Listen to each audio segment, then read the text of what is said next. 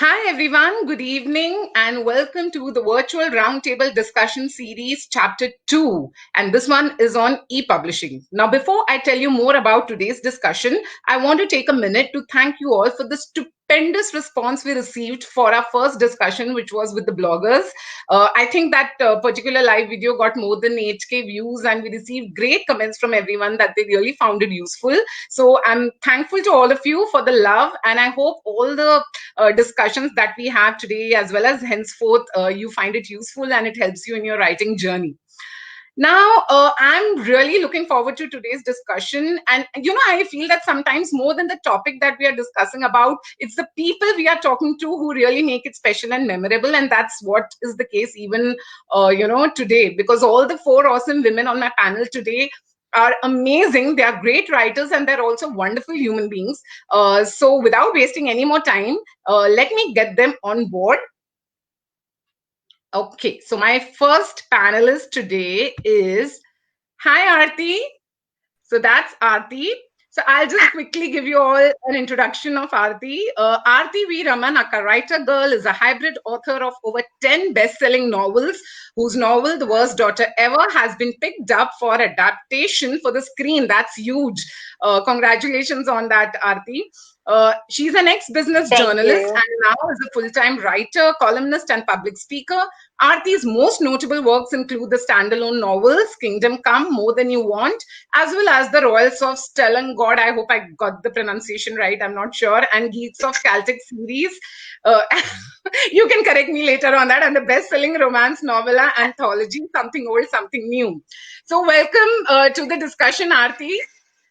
And thank you for taking our time. Our next panelist today is the awesome writer Piyusha Veer. Welcome, Piyusha. So Piyusha Veer is a CELTA certified English language and creative writing coach who quit her high-profile hotel sales career and turned to writing in 2015.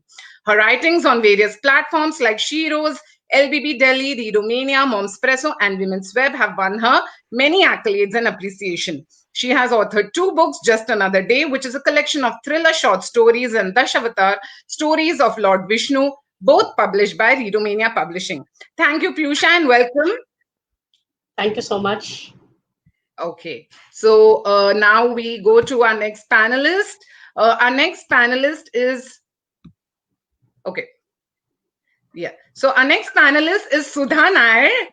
Sudha Gopalan Nair is a Bangalore-based former software engineer who hopes to inspire women to achieve the life of their dreams through her stories.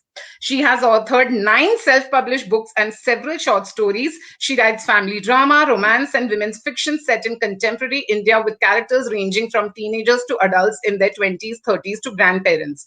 Sudha won the Amazon KDP Pen to Publish 2017 contest for her debut novel, The Wedding Tamasha, which I'm sure most of us know about already, which was later traditionally published by Westland Publications. She was also the KDP contest judge in 2019. Welcome, Sudha. Thank you so much for joining. Thank you. And then we have with us Tina Sequeira, who is a marketer and moonlighting writer. She is the winner of Rashtriya Gaurav Award in association with the Government of Telangana for Bhumi, which released in 2019. She won the Orange Flower Award in 2017 by Women's Web, and also the Literoma Nari Samman Award in 2020 and the Grand Queen's Leadership Award 2020 by Lions Club International.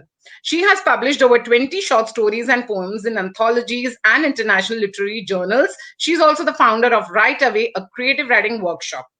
I think Tina got disconnected. Probably, I guess she may join back. But yes, before, till then. So thank you so much, all of you, for taking out time for this session. So today's session is going to be all about, e-publishing. And the reason I chose to dedicate a discussion to this topic is because a lot of writers of the B2B family, or those who aspire to be writers, they had I realized that they have so many questions about ebooks. There are a lot of notions. There is a certain kind of mindset. Then of course, even with respect to the process, they really don't know how to go about it, whether publication houses actually show an interest in ebooks, and even if they go through a self-published route, they don't know how they can start, what does it take, what is in it for them, what's in store for them. So So today, with all your wonderful experience, I hope we are able to help them. And Tina is back, so I'll just get her back on stream. Okay. Hi, Anupama. Sorry about Great. that. Welcome back, Tina. Yeah, no problem. Okay, so we will begin by so before we actually go on to talk about e-publishing, I just want to know, because in all your profiles, all of you have been doing like a different kind of job, and then you got into writing. I see that even I have had the same journey where I was in IT earlier and then I became a writer. So I just wanted to know that if you remember that one moment in your journey when you felt that I'm so glad I'm doing this, I'm really glad I'm into writing. I'm sure there might have been multiple moments, but something which you specifically remember that you really felt happy about taking that decision. So maybe we can start with you, Aarti. I'm so sorry, your voice got cut. So I think the question is, why did I decide to become a writer? What made me happy to be a writer? Was that the question? Yeah, it's more like, after you became a writer, do you remember moments, when you felt happy about that? Like, okay, I'm glad I took this decision. So that is, yeah. Okay, so for me personally, there have been as many highs as there have been lows, because I've been published since 2013, and I've been writing since I was 14 years old. So I've been basically writing my entire freaking life. So I've been writing my entire freaking life. So there's never been a moment that I haven't been happy about writing. But yeah, I mean, one of the most cherished moments would be like last week when my trade published book went for adaptation, because which writer doesn't want to see their work up on screen, like, being adapted, and like having other people just like, appreciating it and like going on another level. But that being said, I think I'm happy every single day that I get to do this. I get to be a full-time writer.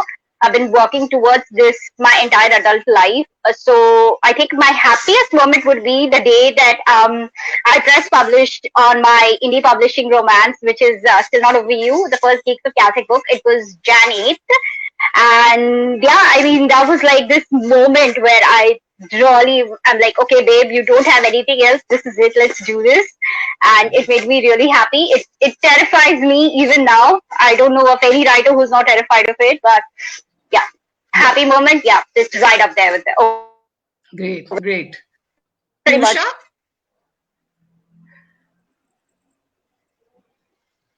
I think across the journey that I've been a writer for the past 3-4 years, there have been many moments where you feel you're in the right place and yeah, you're doing the right thing. But the one moment that made me feel as if this is what I want to do for the rest of my life is every time a reader says, "Thank you for writing this book," or "I love reading your writing," or "I love reading your story."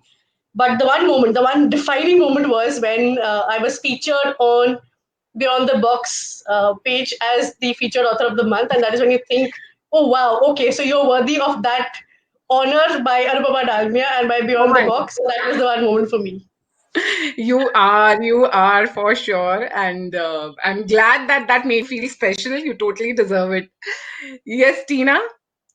Okay, so I'll just list my first, because the first ones are special. Okay, so this was the first time I had written a book. I mean, not a book as such, but I started to write first when I was 13, 12.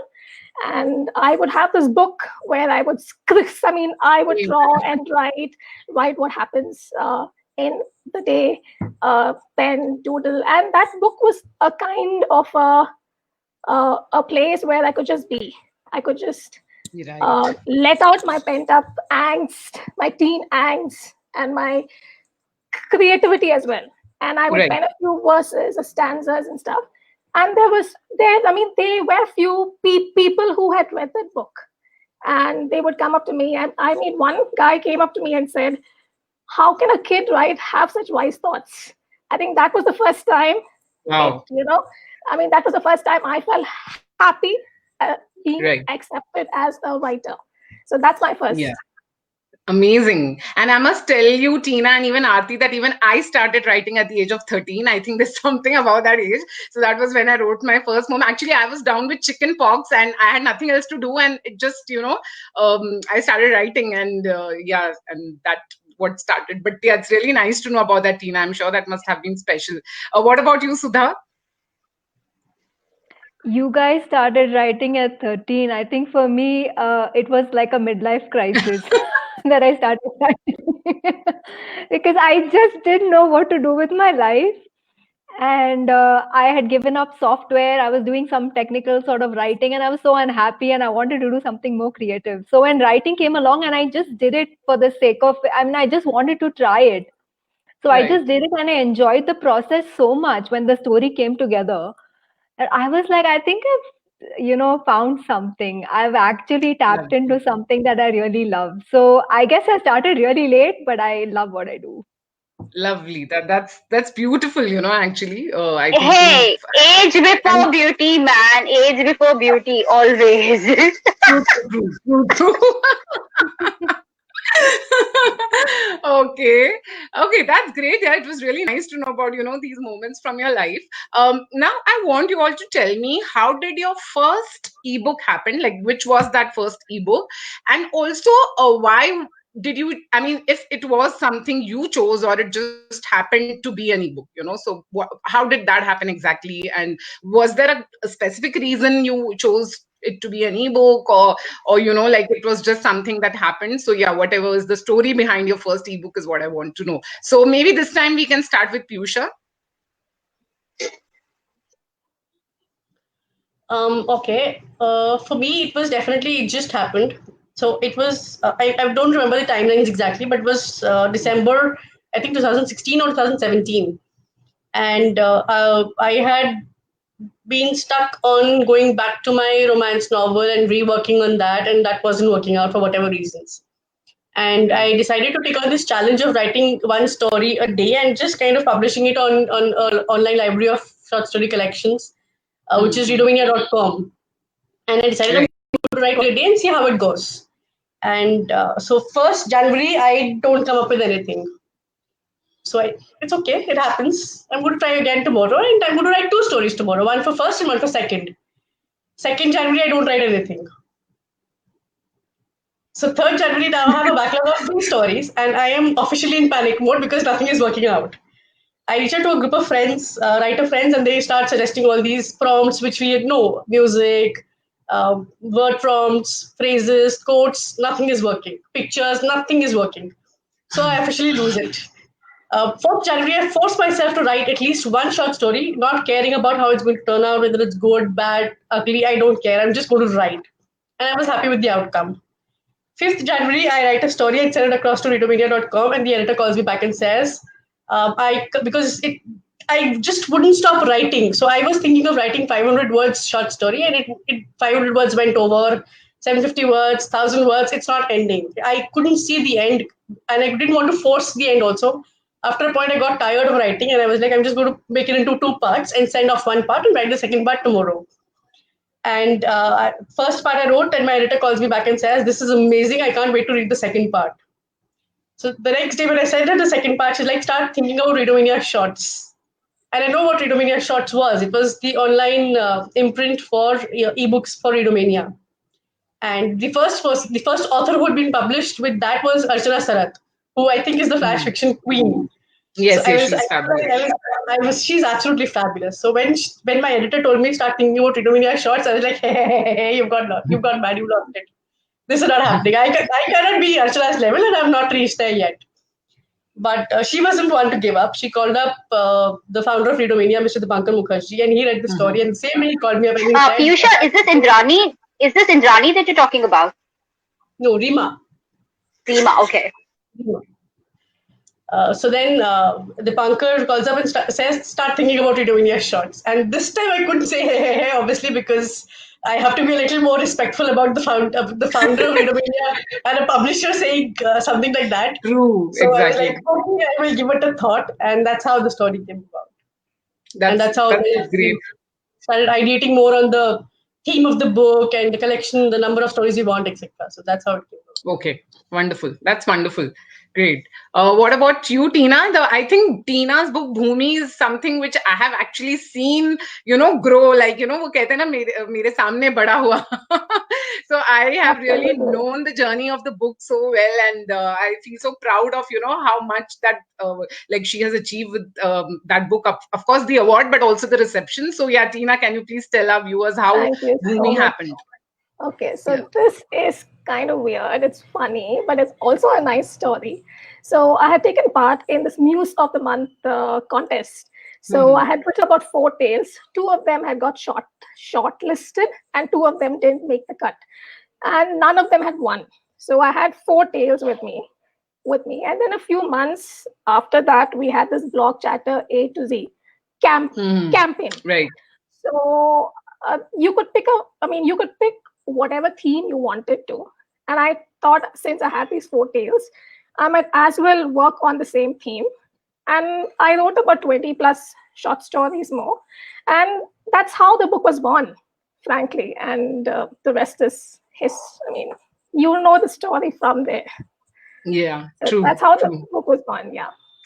Yeah, amazing. Okay. Sudha, so your story of your first ebook, I think a lot of us know it actually, but yeah, I mean, if you could also just talk about it. So my first ebook was called The Wedding Tamasha, and I started writing short stories before that. So I used to send it out to an online magazine, and so there was a point when I wanted to graduate from short stories to a novel, and I was thinking of what story to write. So about 2 years before I published this book, we all went to my brother's wedding, and it was the most exciting thing I had ever seen, because Mallu weddings are so simple. This was like such a grand wedding. Okay. And it also happened right during the Chennai floods, which is 2015. Yes. So it was a scary moment. Even we didn't even know if the wedding was going to go through or not. So when I came back from the wedding, I told my sister, I want to write a story about a wedding, and then let's think about a protagonist and all that. And normally weddings are also fertile grounds for like matchmaking. But here I wanted a protagonist who had a secret, and her secret was that she didn't want anyone to know that she was separated. She had run away from her husband. So that was how the story started in my mind. And then I started working on it, and finally in 2017, I saw a lot of other authors. I sent it out to a few publishers. It didn't work out. I saw a lot of authors on KDP, and I decided to also take the plunge. So basically, that wedding story with this secretive protagonist turned into The Wedding Tamasha. And the rest is history. That's how my first book came out. Yeah. Right. It's interesting to know the story behind how you got that idea. That was nice to know. Okay, Aarti, yes, your first ebook story. So I'm guessing we're going to talk about not my trade books, which are they also have ebooks. We're going to talk about my indie effort, right? Okay. So yeah. So the first indie book would be Still Not Over You, which is the first book in the Geeks of Caltech series. It's contemporary romance. The story behind the writing of Still Not Over You is a little tragic, because in 2012, my first school friend, I wasn't in touch with him anymore. He passed away. There was a whole news story that they did on him, because he jumped from a building, or he was pushed or something in Delhi. He got his commercial pilot's license and he passed away, and it was like devastating, because you don't know, you're like in your mid-20s, and you don't know how to deal with it and things like that, and like you come to go know of this news. He was a really, really dear friend of mine. Like when I was in 3rd standard, we would like hold hands and sit together, because I was this like shy girl who had no friends whatsoever at transfer schools and everything. So his name was Jonathan Fernandez, and it's there in the book also, that I'd written this book because I wanted to understand and deal with the grief of how to kind of like deal with the grief of losing someone who's like really, really close to you, but someone who don't really know. I sent this book out to Amrita and to Rupa, who are both my publishers, like Harlequin and to Rupa, and also to Milton Boone. They all like the story, but like, you know, I mean, we wanted to make like a numerous number of changes. Some of them I tried to make, but then I'm like, you know what, fuck it. I don't think it's gonna, this is not the fit for it. I forgot about it. This was back in 2014, you know, 2013-14 time. Okay. Yeah. Then in 2018, when I finally decided, okay, you know what, all of my friends are doing the self-publishing thing, and I have a crazy amount of books that are there in my backlist. If I tell you the amount of books in my backlist, you guys will be like, so I won't see it. But yeah, so there's like a lot of books. And it had to be a romance because I love writing romance. It had to be a series because series are what really work best in the romance genre. So I was like, okay, you know what, let's just rework this book. This is there. It's been the book that's closest to my heart, and it truly is. There are two books that are very close to my heart. One's this, one's Kingdom Come, which is Warrior Knight, which has come out right now, last week. So that I have book birthday buddies on that. So yeah, so then I was like, okay, let's take the plunge. Let's do this self-publishing thing, and let's pick this particular story, and let's honor a friend, and also another thing was that I really love Romeo and Juliet. I think it's the best love story, romantic love story on the planet. I love the speeches, I love everything. So I wanted to write about star-crossed lovers. So when you put all of these things together, it kind of was like the perfect launching point for like an indie career. So yeah, then I was like, okay, let's do this. And then we are like, okay, let's do it as a series. So then like I made Dave get a lot of friends and stuff like that. And like you have to do a lot of backstory stuff, which was all extremely organic now that I think about it, but also a lot of hard work. And yeah, I mean, my first ebook came about because I got rejected by all my publishers, and I was determined to stick to my story, and it's got so much love. I can't even tell you guys how much love it's got. So I'm really grateful to all of my reader friends who are like so amazingly supportive of the series. They keep asking me when's the next book coming out. I'm like, I have to write it. Yeah, that's a very inspiring story, Aarti, because I think that kind of belief we really need to have. Like, you know, like you said, that you really believed in what you wrote, and even though it was like, you know, rejected, you did. And, you know, and that's the whole idea also, you know, of having this session to inspire writers. Sometimes I think we do, you know, sometimes listening to the journey of somebody, or just like, I'm sure after hearing all of you today, there'll be people who will be inspired to pursue, you know, where they are stuck maybe, or if they have some half written manuscript. So that's great. So before I just proceed, I want to tell all our audience that if you have any questions for the panel related to e-publishing, or even in general related to writing or the publishing process, feel free to post, and I'll take it up at the end as time permits. Okay, so now coming to actually addressing the elephant in the room in a way, because you know, so to be very honest, in my own journey, I have come across this kind of mindset that people have when it comes to ebooks. Somehow it is not, I mean, you have to be a published paperback author. Now, of course, some of you do have paperbacks, but I'm specifically, you know, talking about the ebooks, that, you know, there is this mindset that unless you have like a book paperback published, acha, you know, so that is not like a proper author. Oh, ebook, you know, there is this mindset. So not everybody, of course, harbors such kind of a mindset, but yes, there is, you know, I have definitely heard that from people. So I want to know your own experience with, you know, your ebooks, that whether you face that ever. Like, you know, say for example, in case of Piyusha, you had just another day. Constantly. Okay. So yes, I want to know a little more about that, you know, what was that challenge with respect to the reception of your ebook? And of course, some of you do have a comparison factor with a paperback as well. And you know, like, did it ever deter you? Like, you know, sometimes it can, I'm sure, sometimes deter people that, oh, people are not really taking me that seriously, maybe, or, you know, it's not looked at like, say, maybe a paperback published by a traditional, you know, publisher. So how did it ever deter you? And of course, like, I just want to know your own experience with respect to the reception of your ebook. So maybe we can start with you, Tina, this time. Okay, so it's a very interesting question, because I keep getting this all the time. Just last week, a guy came and told me that, you know, you should have a paperback book, or you won't be considered like a true. You should tell him Tina, you should tell him, please get me a printing press and I will do my paperback. And you won't believe it.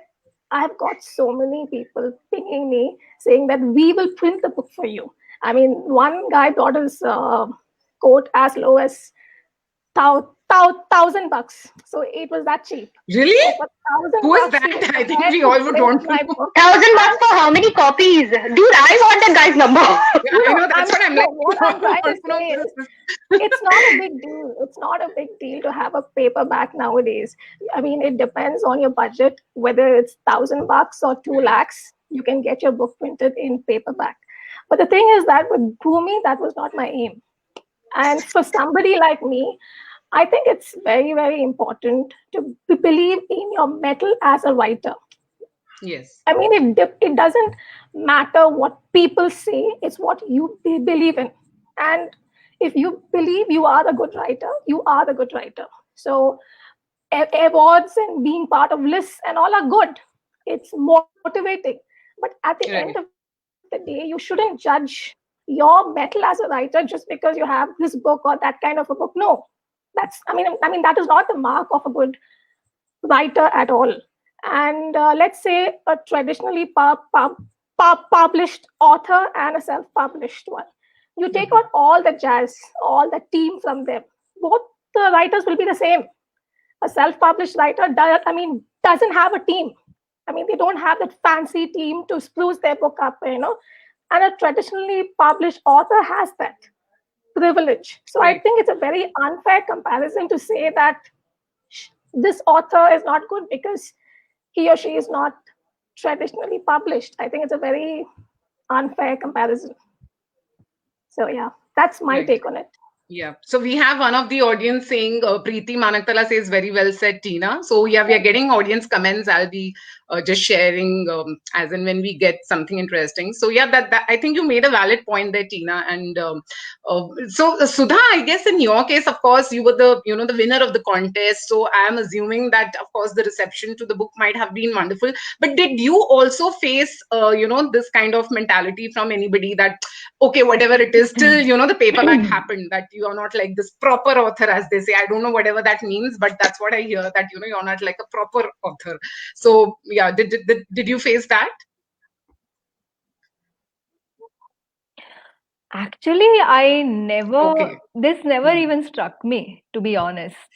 It never even struck me because, see, only in India, because we don't have paperbacks coming out through Amazon directly, is that people even know that you are a self-published author. Look at the US and other countries, because they have paperbacks simultaneously released with their ebooks. You cannot even tell. Right. Everything is so professionally done these days. Even my cover was very professional, and the few copies that I took were very professional. So if I wanted to, I could have taken paperbacks and sold them myself. Okay. I gave a few copies to my friends, but so I never heard this, that you're not an author. The cover was fabulous. The writing was edited. Everything was very professionally done. It was very, very much formatted and put out there. So it would have looked exactly like normally traditionally published. The only changes could have been that I did not go for, say, a reading, like which also I could have done by myself. Like there are a lot of places in Bangalore where little cafes and stuff, if the author goes and books an evening, they can go read their books. You'll get people to sign up. A lot of indie authors do that. So I never faced this question of who published you or, whatever. Right. Everybody that I gave the book to or I said I was a writer was really happy to know that I had started my journey. Okay, so wonderful. I never faced the bias. Okay. So for me, the bias is usually about reviewers. Reviewers are like, ma'am, we love your book, but can we get a paperback copy? So it was never from readers telling me that we want something. Yeah, so it's about that. So it was never like a prejudice as in that way. But the reviewers are like, ma'am, but we prefer paperback copies. And honey, I will get you a paperback if you get me a reasonable printing press. So wait for that. Yeah, true. I think that's a very important point, right? At the end of it, there are so many other challenges, like you said, to get a reasonable printing press and also. And I personally feel that, why should there anyway this be any criteria? Because a writer is a writer at the end of the day, and it doesn't matter the medium. And I think now people are actually also, like, the readers are reading online. I mean, the way life is changing, people are reading online. I was somebody who used to always want like a physical book, like, paperback, but even I read so much online now, like, because I have a 5.5-year-old, so a lot of times I read when she's like sleeping on my lap, in the night. So it works great for me. So yeah, I think that's true. Piyusha, in your case, like, you had Just Another Day, and then of course Dashavatar was like traditionally published as a paperback. So again, in your case, did you feel a difference in the kind of reception the books got because of the medium? Like, did you feel that there are some readers who prefer a paperback, and like maybe they asked you for a paperback, or they said that, sorry, we prefer a paperback? Did that happen in your case? Yeah, I think so. I did get a few people who said, "Oh, it's only an ebook. So, are you planning to publish the print version, or are you planning to bring out the paperback? Right. We'll read it when it comes out in paperback." And I'm like, "It's not coming out in paperback because it is an ebook. It's published under Eunominia Shorts, which is an online imprint. So it's only going to be an ebook." "Oh, that's really sad. That's so shameful. You should publish a paperback also. You should consider printing, taking out the print version." And I'm like, "No, that's not happening. No." So, and I think somewhere also I did it to myself in the sense that I wouldn't consider myself a serious author with just one ebook. Maybe if it had been 5 or 10, I would have thought myself as an author. But with Just Another Day, I still wasn't considering myself an author. It was just one ebook which has come out, which is great. But I think I had a hesitation in calling myself an author of any book. So I would still continue, and surprisingly, I still do that. I just like to call myself a writer. Piyusha, me too. Me too. Same thing. Even now. Yeah, true. Yeah. And in fact, we addressed this even in the blogging session, that even bloggers, for example, they'd be like, "Oh, you mean blogging, not writing?" And I'm like, "Arey, even that is writing. Like, everything is writing at the end of the day. Bloggers also write. They'll write online, but again, so sometimes, yeah, you do get people with these notions." So before I ask my next question, I just want to show a couple of comments. So Maneet says, "Loving this session. So many interesting stories could make into a book." Now, that's a good idea, Maneet. Maybe you can write that book after getting inspired from this session. The question is it coming out as an ebook or in print? No, let's make it a digital book only, so that will be like, yeah. So we got a digital book out of a session on digital publishing. And then there's Soumya, who says, "Lovely session and tips, ladies. It will help us all and motivate most of us. Keep going." Thank you so much, Soumya and Maneet, for your comments. And I know that Soumya is writing something for a while. So I hope, Soumya, you pick up your pen again as soon as you can to continue. Okay, great. Now, so talk, like, just carrying on from what we were discussing, as per, like, I mean, I was just doing some research online, and I realized that apparently the market, I mean, like the publishers basically in countries like, say, the US or, the other countries, they are more open to ebooks, the idea of ebooks, compared to the Indian publishers. That's as per research. It's not, I'm not sharing an opinion because I don't know, but that's as per the market research. So I just wanted to understand whether, now, I think that's why Piyusha's story actually was quite interesting to know, because in her case, it was the publisher who actually pushed for that idea. So I think we really need more such publishers. But I just wanted to know from, say maybe Aarti or even Sudha, because you both are hybrid authors, and, so whether do you feel that publishers in India maybe need to, like, probably, do you think there's some hesitation on their part? And you can be honest, it's okay.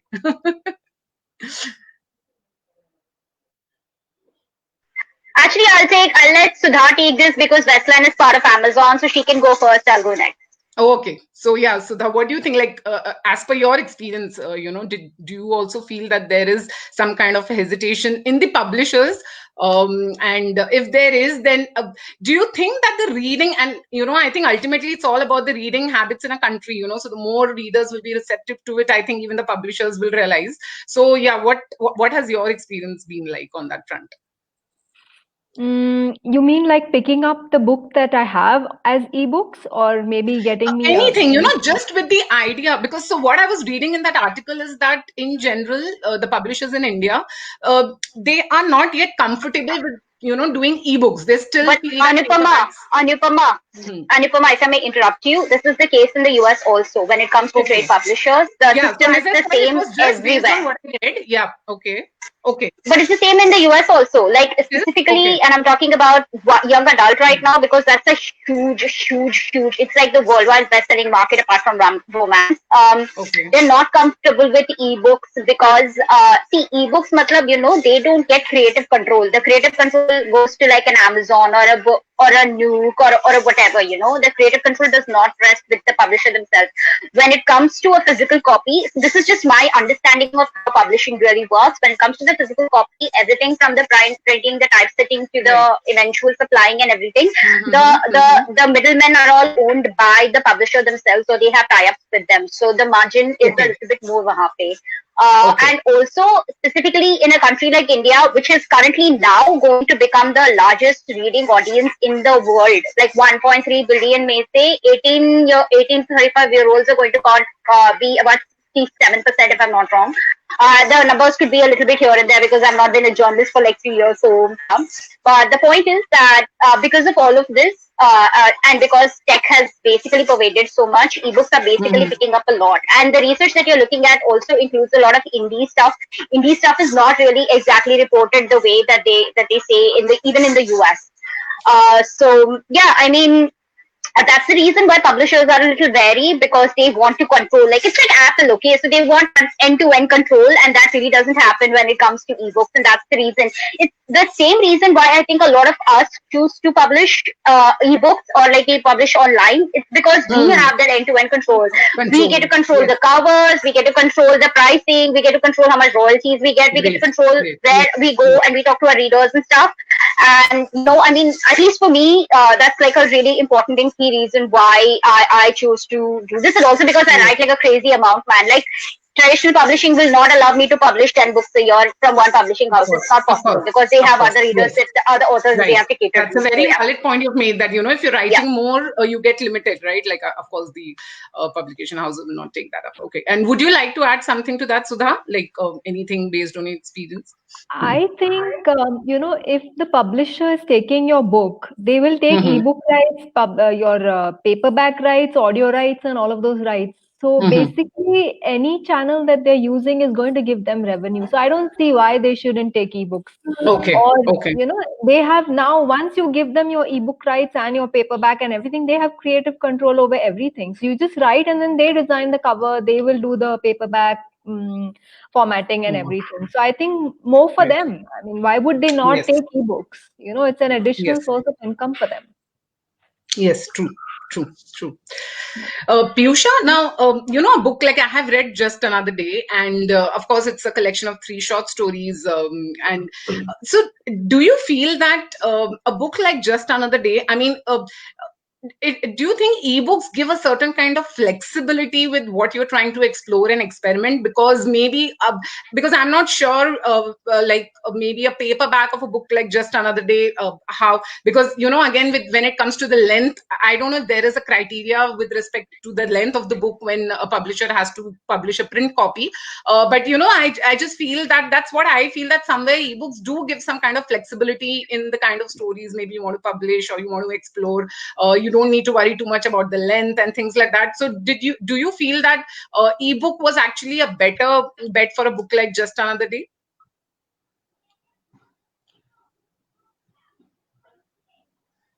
Well, now that Just Another Day is an ebook, maybe yes. Had it been in print, it would have been a completely different story. So I'm not too sure about what if it had it been in print. But going into the decision making of what Just Another Day will be and what we're going to do, the format, how many stories. So it was all pre-decided. We were very sure that we were going to go with only 3 stories. We were very sure that we were going to go only with this much word length. I don't think that could have been decisions that Dipankar or Readomania editorial team took because it was the ebook format. Yes. I am not aware of that. That could have been the case. But for me, it was not really much different from how I wrote and the way I wrote Dashavata Stories of Lord Vishnu either. Okay. So for you, the experience as a writer was same as what you're trying to say. Like, you look at it in the same way. Yeah. Okay. Great. So I think Aarti probably got disconnected. So anyways, maybe she will join soon. So my next question is for Tina, Sudha, and Aarti. Now, coming to this, so ebook as a product, of course, we have discussed, the market and how it is generally received, the perception. Now, again, now the process of actually, so there's one option, of course, where there maybe a traditional publisher is publishing your book as an ebook. But then, of course, with Amazon KDP, we now have, the option of self-publishing. We can do it ourselves, which poses a lot of challenges as well. So while that is great, of course, I think when you do it all by yourself, there are many challenges to it also. So since, Tina, Aarti, as well as Sudha, you have experienced KDP and, you have done an end-to-end management of your book, like even Aarti had mentioned that, you can take care of everything yourself, like you are deciding.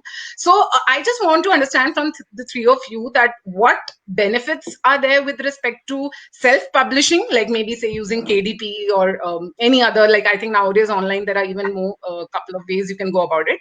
And what are the challenges? So the benefits as well as the challenges, and how in your case you managed it. So, the challenges could be anything, maybe say with respect to spreading awareness, maybe the marketing part, it could be related to quality or anything else, like, so your own personal pros as well as the challenges that you face. So maybe this time we can start with you, Tina. Okay, so the biggest plus is you get to be your boss. So you can choose what the price of the book is going to be. You can choose how your book is going to look like, what changes you need to make. There's nobody telling you what to do and what not to do. You are the boss. And you get all the profit. There's no middleman there. It's just between you and KDP. So that is great. But the problem is that with that kind of power and freedom, there's also a lot of responsibility on you. So that's a pain, because you need to take care of the book cover, you need to take care of the editing, you need to take care of the formatting, everything. Luckily, I had a few friends to help me out with some aspects of it, but it's also a huge responsibility, because writing a book is not a joke. On top of that, you have all the other added responsibilities. But having said that, I think it's totally worth it. It's totally worth it in the sense, I feel this is the future. I feel this kind of medium has a lot of potential and scope, because e-publishing right now is extremely hot and it's not going to go away. Okay, and especially in these times, I think it is the e-books which are selling the fastest. I mean, they are the ones which are going off the shelves. Nobody wants to buy a paperback now in these times. And a lot of traditionally published authors as well are now on KDP. So they have their e-books now in these times. So I think it speaks for itself, and I don't think it's going to go. Having said that, it's not that I'm not going to seek a traditional traditional publisher, because that is the aim. I mean, that is the dream. That will happen. But this is a medium which I think you cannot write away. It is going to be there. And I think certain kind of content work best in the ebook format. And there's certain kind of content which work best in the traditionally published medium. So, I mean, that is my take. And I'm also part of a group called The Hive, where there is a team of us. So because we work in a team, the responsibilities off your shoulders. You don't feel that much of a load. Of course. So though we have e-books and we are a non-traditional group, there is no, I don't feel that kind of a burden. So it all depends. It depends on how you look at it. So, but I don't think this is going to go away. I mean, this is the future. So, Yeah. Okay. Yeah. Aarti, so you're I just want to know, like, what you think are the benefits, of course, of say self-publishing through KDP, or like the other tools that we have online, and the challenges, and as I said, the challenges could be different for different people. So from talking from your experience. Okay, so the way to address this would be to first understand how self-publishing really works, specifically in India. There are two ways to do it. One is just through Amazon, and then that's called being KDP exclusive. And the other is to go wide, wherein you can publish on a number of different platforms, including but not limited to, say, a Juggernaut or a Barnes and Noble, Google Play, whatever. Okay, so like those are the few ways. If you are on Amazon, you get to be part of this very specific kind of reading program called KDP Select, a publishing program and a reading program called KDP Select for writers of reads a page off of your book. Even if it's just one page, you get paid for it. Get paid 5 pennies to the dollar, but you get paid for it. And for the reader, what this means is that they have a vast library, like literally a library collection of books, and then they can just keep buying books, like taking books from there, and they can keep returning books. So it's like a library system for them. Right. What this means is that and like romance is literally the hottest genre when it comes to any kind of publishing. There are two genres that are super hot. One's romance, the other is young adult fiction. If you're talking about America, it's young adult fiction and romance together. In India, it's mythology in traditional and like even in other places, and then you come to like romance. But like romance is universal, dude. It's been there since Jane Austen time, and it's been there since Shakespeare's time, so it's been there for like forever. So what that means is that you have hungry readers. You have really hungry readers. They will read, if you get a romance reader, they will gobble up everything you've ever written, and I'm talking from personal experience. They want to read everything and they want more like now. So the pressure is on to keep delivering those kind of stories, to keep keeping your readers well fed, to keep them satisfied and to keep them happy, because happy readers means, they'll read more, they'll talk about you more, they'll do all of that. So the challenge is to kind of walk the line between pressurizing yourself to write that story in a particular time frame, if I may say so, or to just give it your best. And I'm not even going to go into like covers or to do editing, because I self-edit my own books, okay? And because I've been doing this for donkey's years now, so it really doesn't matter to me. I understand how story works. When you've read like a million books, you get what needs to go where. So the beats and everything is covered. So for me now, the challenges are basically to best myself. To how do I better myself? How do I tell the perfect story for me? Which is a very unique kind of challenge, because it's got nothing to do with anybody else. And also at the same time, I think all of us would agree that putting the word out there about our books is a huge challenge all the time, because being on social media is a very exhausting task. Not talking to you, not talking about this session, but like in general. But like in general, it's not an easy thing, and it really cuts into sometimes when we want to just go burrow into our little writing caves and just do that. At least for me, because like I said, my audience is like super hungry and they want me to write all the time. So they want me to be on all the time, and they want me to write all the time, and they want me to publish all the time. So it's a very happy challenge, I would say. Yeah, for me, actually, I was about to say that, that's a very good challenge to have. Yes, a very good challenge. It's very great. But, I think, Aarti, you've given a lot of insights here, and I'm sure that would really help the people who are watching, as I can make out also from their comments. So, Sudha, if you could just talk about your own experience of self-publishing, with respect to what are the challenges and how you kind of maybe overcame them. And, of course, what you feel is the benefit of it. Anupama, like I told you, I started pretty late in life. So if I had waited for traditional publishing, I would have been waiting another decade or so. And I don't think we have But that's a very valid point you've made, actually. Sometimes people may not want to wait for years. Yeah. So I think, that's a very valid point. Yeah. Yeah.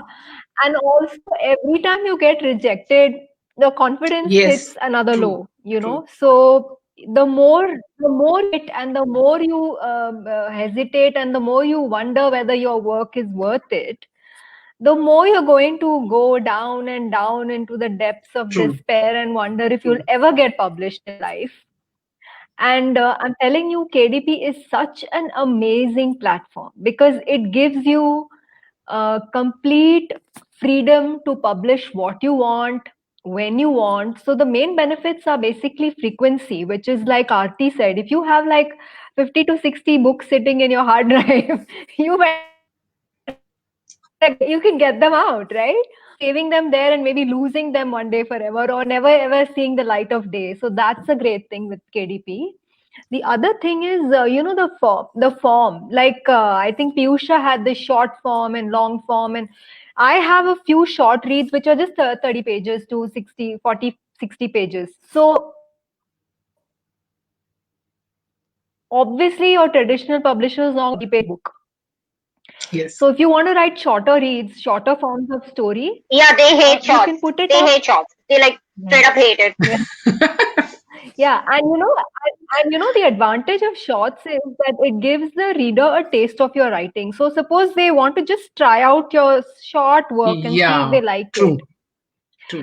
It's a good thing to mix up your shorts and longs. Maybe I didn't do that on purpose. I just had ideas for shorter stories, and also because I was doing maybe a novel a month and all, I had some time in the middle where I thought maybe I could put out some shorter stories and not because I was also learning how to write, and so a long novel in a month or in a year, more than 1.5, maybe I don't think I could have done. So yes. So shorter forms was good. Frequency is good. You can upload as many as you want Right. at Right. 3 to 4 months, every 5 to 6 months, whatever your frequency is.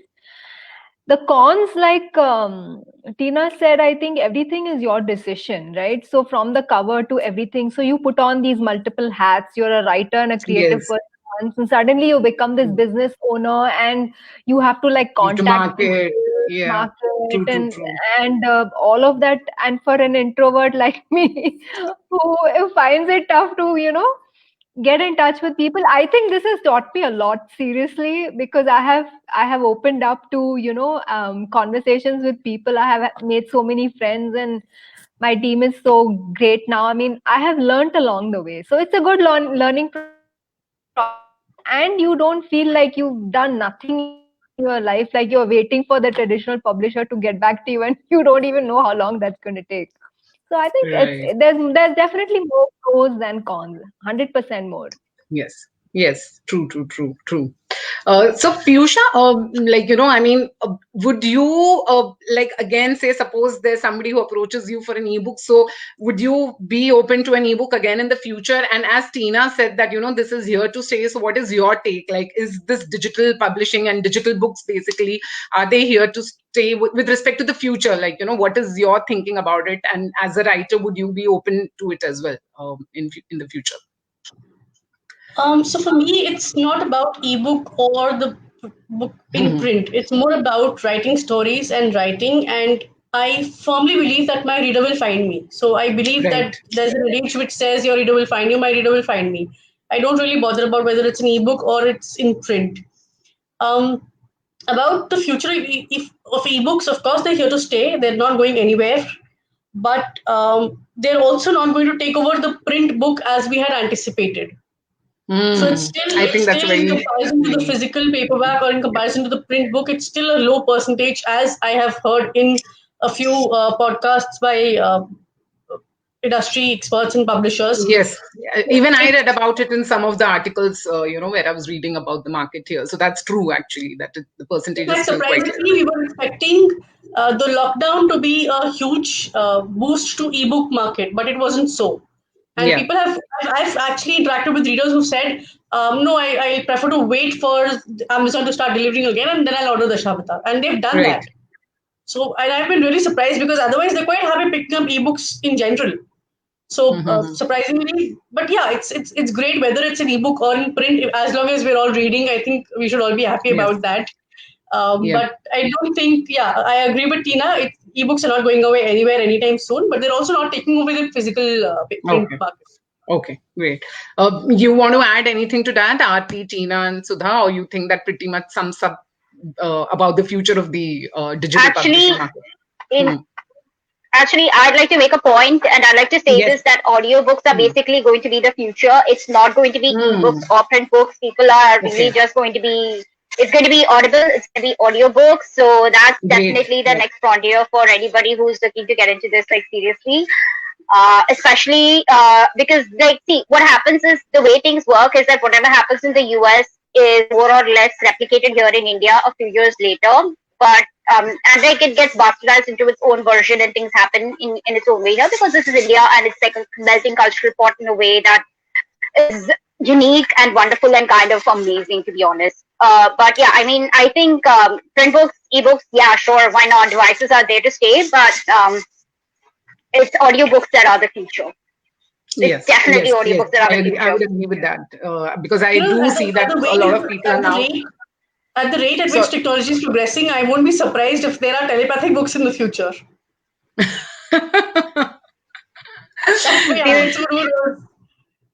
Yeah, right. Great. So before we get into our fun rapid fire, one last thing from all four of you, what I want you all to share with the viewers is 1 or 2 practical tips on writing, like, something which they can do on anything maybe you would, which has worked for you maybe, or some kind of message you want to share with them based on your experience, which you think knowing that would help them. Anything that you want to share, just something which can really help them at a practical level. So Sudha, probably we can start with you.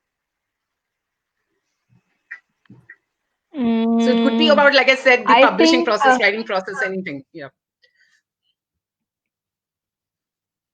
I think writing daily is really good. I mean, it should be something that you should do on a daily basis.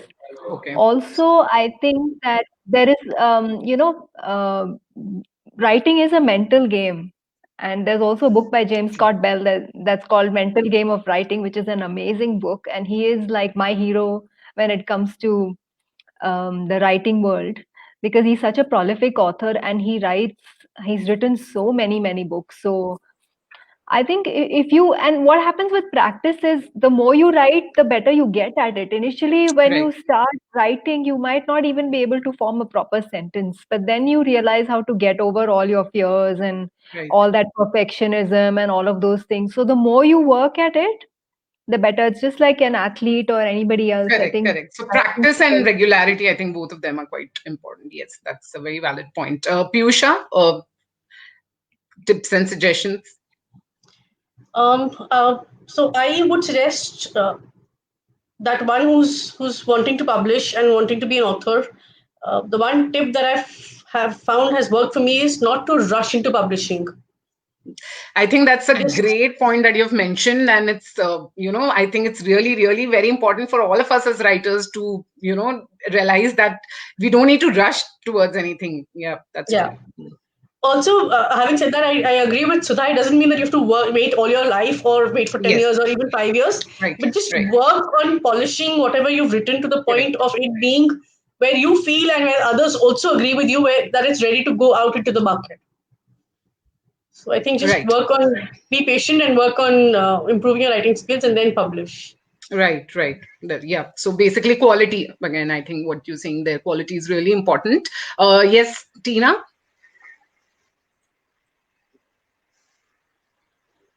Okay, so a few quick tips. First is to read, because that is what inspired me to write in the first place. So read a lot of books.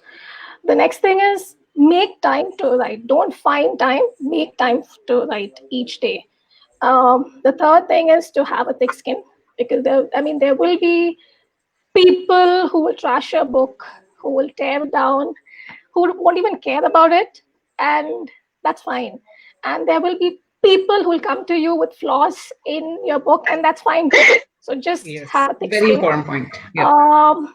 Fourth, just don't care. It doesn't matter what people think, don't think. It's what you believe in yourself as a writer. And the fourth thing is, all of us, most of us didn't know what we were doing till we did it. Most of us writers don't know what we were doing till we actually came out with a book. So it's okay to be wrong, it's okay to fail, it's okay to flunk. And there's somebody wise who had once said, if you want to be a creative person, don't fear to be wrong. Okay, so make mistakes, be wrong. That's fine. So yeah, that's really some great pearls of wisdom there. And Aarti, so yeah, your tips for the writers. Okay, firstly, I'd like to apologize for all the dropping off and dropping in. I think I'm making random star guest appearances. Yeah. Okay. So I have a few tips. The first one is something that my BMM teacher, Deepti Raya, told me, which is something that I've never forgotten. I was 18 and she told me this. So it's a very valuable piece of advice. The first thing is that you need to never throw away any piece of your writing. So I have crap that I've been scribbling notebooks or I've like written in my older laptops and stuff that I have kept even now. So that's like 50 years worth of crap that I still have right now. I've never thrown anything away because I think everything can be repurposed and everything can be rewritten or it can be reused somewhere, or you just like go read it and it can like strike a spark of inspiration right now. The other thing, as Tina mentioned, is that you have to read. I do not understand these writers who come and tell me that, oh, I've never read a book in my life, but I'd like to be a writer. And I'm like, bro, how? Yeah, all of us. Tell me how. How exactly are you going to? Like, would you want to do that? Like, reading is like basically going to book school, right? It's like going to book school. Like, you wouldn't trust a surgeon if they did not go to medical school. So, a writer who's a reader is someone who's actually done the work. They have understood the nuances, the beats of how you have to write a particular story. And they're gonna just like, so you like trust that person to take you on their journey. So, I mean, that's how I see. So when I've been reading since I was 6 years old. So I've been to book school basically almost all my adult and like childhood life. And that's the reason why I am such a confident writer right now. So like I said, my journey has always been about trying to write the best possible next story, not the previous one. Right. The third important tip that I would give is that I am not a person who writes every day, and I admire people like when Piyusha said she wrote one story per day, or like when Tina said she does that, or like when you guys do your blogging thing. I'm like, God damn, you guys are amazing. So my thing would be that when it comes to specifically sitting down in front of the computer and writing, to kind of trust your mind, trust your instincts, and also to have like a grammar checker in case. Because grammar is important when it comes to writing people. Very important point. Yes. Yeah. So I think we have got I was writing one story a day. I wasn't actually writing one story a day. She had planned. Yeah, I was trying to. I have no idea what I'm doing. That's what I'm saying. It's like so like I can write a book in 6 days. I will write a 100K book in 6 days, but it will take me 6 months of planning in my head to really get there. And but then I'll be like, oh my God. Yeah, I've done that. I do that. That's my speed. I'm a really fast writer, so I can write a book in 6 days. It's possible. All of us have a different process, I think, like, the approach. Yeah, totally. I am also like you, so I also need to spend a lot of time thinking, about the story, characters, and, the writing, the actual writing part could be quick. So yeah, great points. I think we have got really amazing tips, and a lot of people are really enjoying the session. I know we are running late, but before we get into the rapid fire, I just want to quickly take some important questions that we have got from the audience. This one is from Srishti Singh, and she's asking that what motivates you to write more, what readers want to read, or what your heart wants to tell. I think this is something a lot of people ask always, that like, should we focus on what readers like, or should we just write what we want to? So maybe any of you can actually I want to go here first because this is something that I read about yesterday. There's a book by Zoe York, who's a really dear friend of mine, and she's a mentor. She's written this nonfiction book called Romance the Brand. And in that, she mentions she's done a keynote address in like one of those big US conferences. And there she mentions another favorite author of mine, Kit Roca, Brie Breland. And Brie says, and this is the thing that I personally believe in, this is why I wanted to go first, write the most commercial story of your heart. Write the most commercial story of your heart. Amazing. That is the that is, I best think, way to perfectly describe put. it. It's the best way to describe. So like Shrishti, I think what my readers want to read is the commercial aspect of it, but I want to write the most commercial story of my heart. So that's Great. what motivates me to Great. write. That's Great. the only motivation that I have. Yeah. So I think that's a great point about, kind of finding that common ground somewhere, that, okay, this is also what you like, and at the same time, it is also something which they would like to read. You want to add anything to it, Tina, Sudha, or Piyusha, or you think that one line says it all? Sometimes it's not even both. I mean, it's neither this nor this. It's just Okay. like Ruth 13 was a book which I had written in a genre which I had never even thought that I would write in. So sometimes you never know how life pans So out. sometimes you just want to maybe experiment as well, like, Not even kind of maybe experiment, take yeah, things. experiment, and sometimes life just makes you do things which you never even planned to. It just happens. Right, of course. But I keep telling my students also this: you will always write for yourself first, because that's the motivation which will drive you to write at all in the first place. But True. edit for the reader, obviously. So write for yourself, edit for the reader. Great. Again, I think that's a great way of putting it, that, once when you then come down to the editing part of it, then of course you think about the reader as well. And there's just another one. So this is from Preeti Manaktala. Now she's asking, where do you find the inspiration from while penning down something? Because sometimes the mind goes blank and, there is no idea and you feel stuck. So what is it that each one of you look towards in finding a story or creating a character? Is it a prompt or an image? So basically, what gets you ticking is what she wants to know. And I think, again, this is something many writers struggle with. So maybe Sudha, if you would want to take this one. Like, does it ever happen that you're kind of stuck maybe, or you, so how do you just get yourself going when you have to write in such a situation?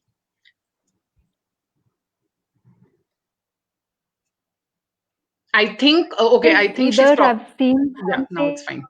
Yeah.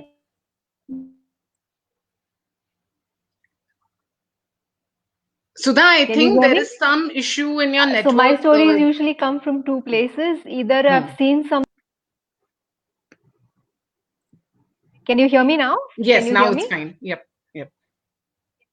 Can you hear me? Yes. So visual, or if I've heard something that has had an impact on me, that's the one that would definitely play some role in the story.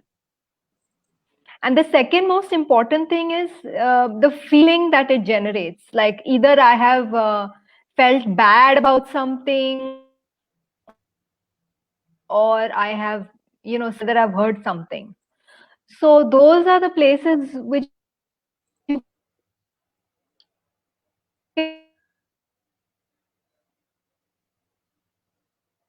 I think we are having some issues on the network. Yep. Great stories for you, and which will hear me now? Yeah, I think it's kind of going on and off. Like, I mean, the network, there seems to be. So basically two things. One is the feeling that you have, which can get you many ideas.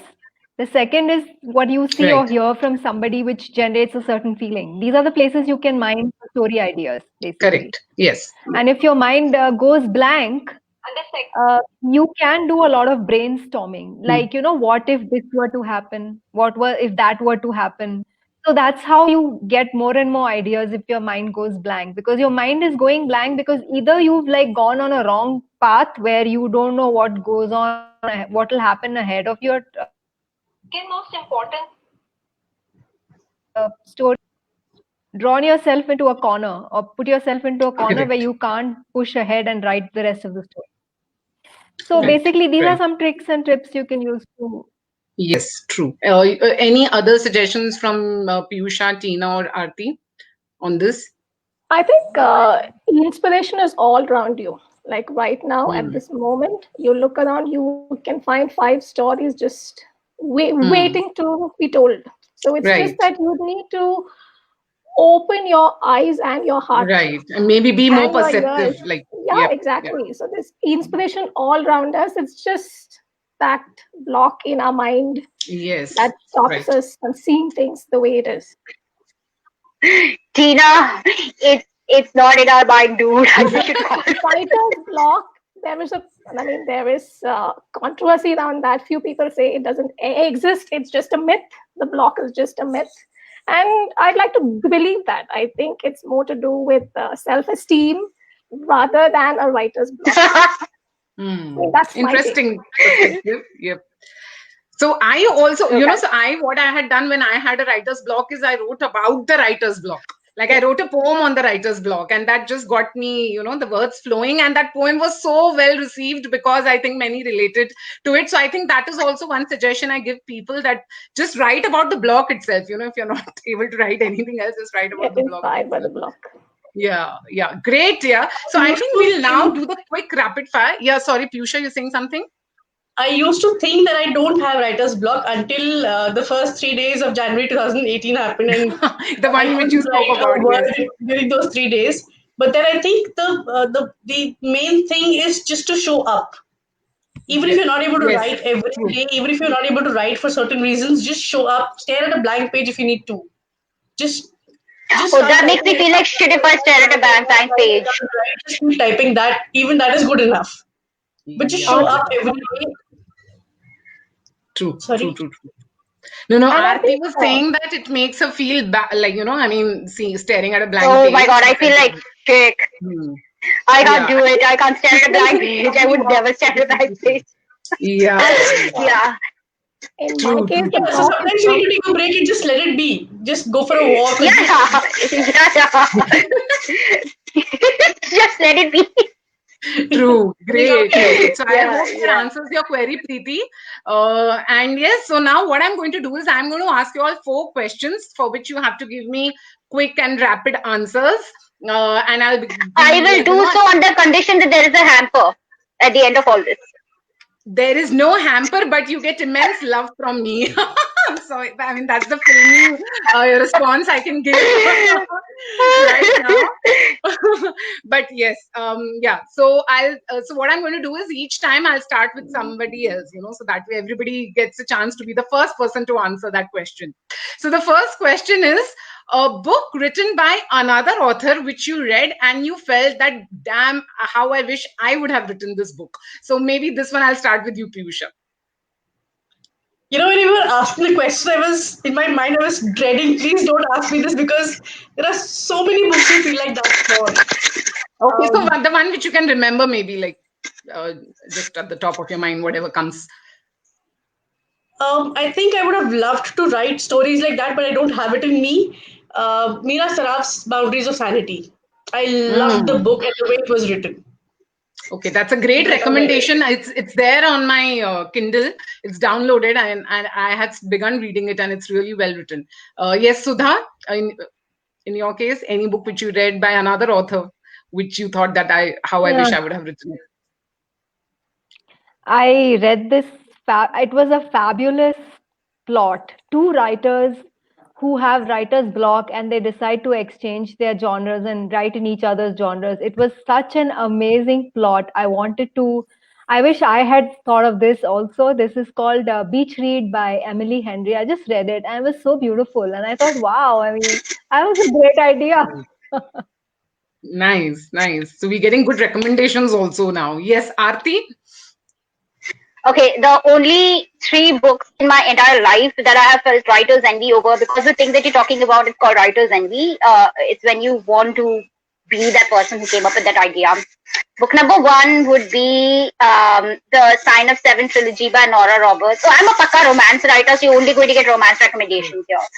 So the first would be The Sign of 7 trilogy by Nora Roberts. The second is Heart of Obsidian by Nalini Singh, which is like peak epic level godlike status hero perfection in terms of a story. It's the 12th book in a long running series, which is amazing. And it every time I write a book, I'm like, is it as good as Caleb Pratchett? Is my hero as good as Caleb Pratchett? Because Caleb Pratchett is that hero, and he's supposed to destroy the world, but he ends up saving it. So it's got all of that angst and drama, and it's amazing. The third book would of course be the Cathy Clare series, what is the Mortal Instruments Cathy Clare series, because again, that's how I've always loved fantasy, and I have read all of the Harry Potter books and everything, but this was a genre that I read. These three books I read when I was like in my early 20s. So I basically fell in love with writing urban, like magic fantasy, urban fantasy,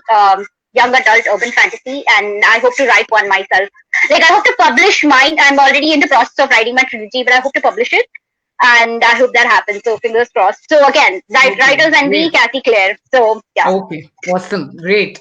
Tina? All of Chetan's books, Chetan Bhagat's books. Oh, Chetan Bhagat, okay. And I wish, yeah, all of them, all of the half-time friend. What was the title? Friend. Half girlfriend. Half girlfriend. Half girlfriend. Okay. Okay, great. Okay, so the next question is a genre which. Okay. Half-time is a football term. Half girlfriend. Yeah. Okay. Yeah, half girlfriend. A genre which you don't think you're ever going to touch or explore. This time I'll start with Sudha. For whatever reason, maybe you don't like it or you don't think you can probably do justice to it. The reason could be anything, but yeah, one genre which you think you probably as a writer wouldn't ever touch. I think even without thinking, I'd say horror. So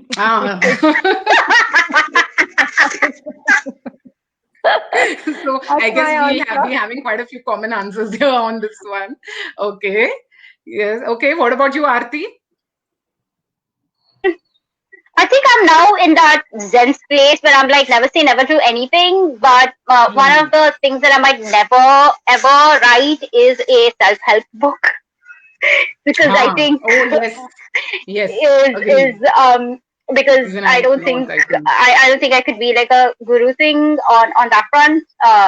The second thing would be horror again, because I don't read horror. I think it's important to read in whatever you want to write, and I just don't read horror, so I don't think I'd be ever able to do justice to the genre, which is why I'm very proud and I'm very inspired by Tina, because she did something like, and it was new and it was amazing. So that really says something. Yes, and she's done quite well because I've read her story and it's great. Okay, I think Tina, I'm not sure if she's there or she's having some connection problems. So maybe Piyusha, you can give your answer in the meanwhile. Same, I was high-fiving Sudha for horror. Yeah, horror. Okay, great. Tina, you cannot say horror because you just attempted both horror and thriller. So any other genre which you feel you don't think you will ever really explore? Mythology, because I don't think I am an expert on it, but I don't know. One can not say no. Yeah, true. Anything is possible. I don't think even Piyusha probably might have thought about mythology maybe a few years ago. Not even thrillers. I was wanting to debut with a romance novel. I was so keen on debut as a romance. Yes, and I was like, how did this even happen? Thriller short stories. Welcome, come to the dark side soon. Come to the dark side soon. True. Great. Okay. The next one is, if you're stranded, I know this is quite cliche, but I would want to know this, that if you're stranded in an island with one book character, like, any character of any of your own books, not some other, like, your own characters which you've written about, who would that be? So this time, maybe Aarti will start with you. Okay, listen, I've written okay, so I will give a very uncliched answer to this. So the book that I would like to be stranded with is the book that I have yet to write. So it will be a book inside my head. It will not be a book that's yes. Okay. What about you, Tina? So you had quite a few characters in Bhumi, and of course you've written other stories. So any particular character created by you would want to accompany you in an island?